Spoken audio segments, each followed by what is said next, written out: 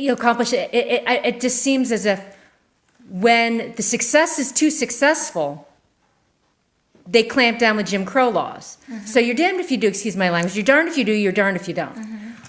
If you're not achieving enough, it's somehow you need to be working harder and you're not doing what you're supposed to be doing. But then when you do well, the white privilege comes in, racism comes in and tamps down with new policies to keep you from being successful. So that you can't, no matter what you do, you're kind of in a double bind. Oh yeah, absolutely, that's the case. Let me tell you, before school ended, I have not only African Americans, but anybody that is not born of European descent. I had a colleague who pushed a Hispanic boy off to my high school because they didn't want to be bothered. If you don't speak the English language, you won't test well. And we're trying to keep this school among the quote-unquote white privileged. But this little Hispanic boy comes in from El Salvador, can't speak anything. I caught on. I said, wait a minute.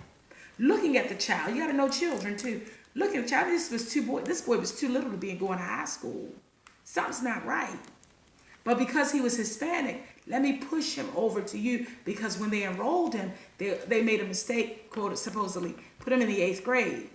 So if he's in the 8th grade, let's just ship him off to 9th grade. If that little boy had come to my school as a 9th grader, he would have failed. But I caught it. But you have to have an interest in the children also. You don't push children off because their skin color doesn't look like yours. That's a child.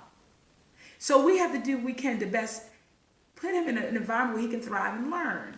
So I had to back it up. I said, no, this is what we're going to do. We're going to let him repeat the 8th grade. Put him in an ESOL program while he's during the summer months, so he could do well to go into the 8th grade with a solid foundation of knowing the English language, and then possibly move him to the 9th grade, maybe mid-semester or at the right time. But it's all about not knowing, ignorance, also not wanting to be bothered, and just white privilege. And the policies that we have, schooling, whether it's testing, funding, policing, 100%. are always designed to perpetuate the advantage towards whiteness. And then to say, well, I'm somehow more successful because I worked hard for it. And ignoring the fact that there were all these policies all the way along that opened doors for me, that didn't open doors for you, and to pretend that those policies are somehow neutral when they're not. Not at all. And we don't do enough to educate white people on understanding that none of that is neutral. It's not.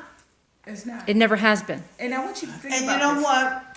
I hope your documentary, whatever you're doing, can get to the lawmakers, because that's where the problem begins. Mm-hmm.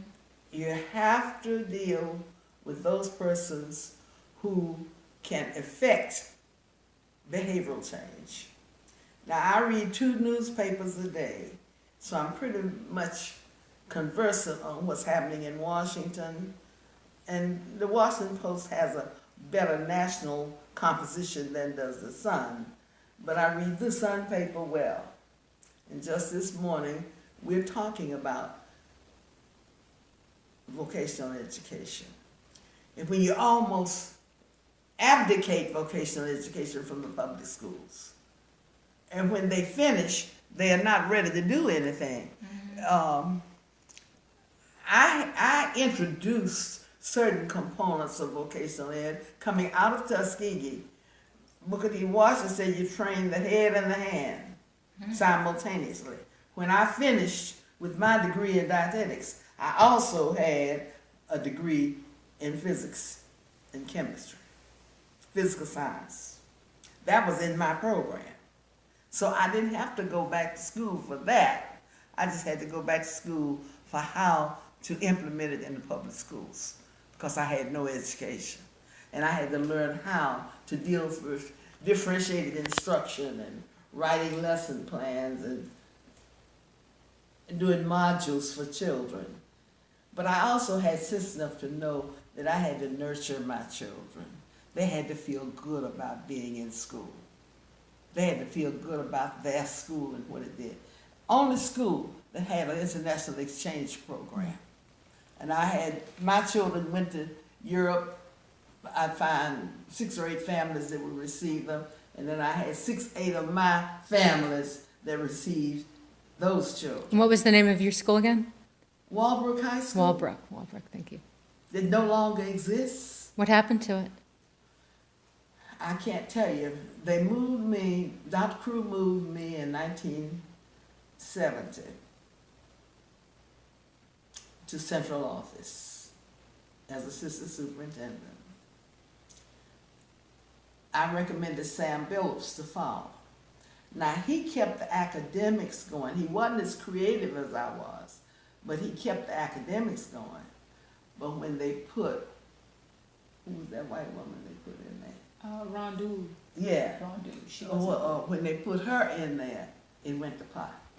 Because she wasn't culturally competent enough to deal with the community that made the school. See, I had the parents feeling that you make the decision.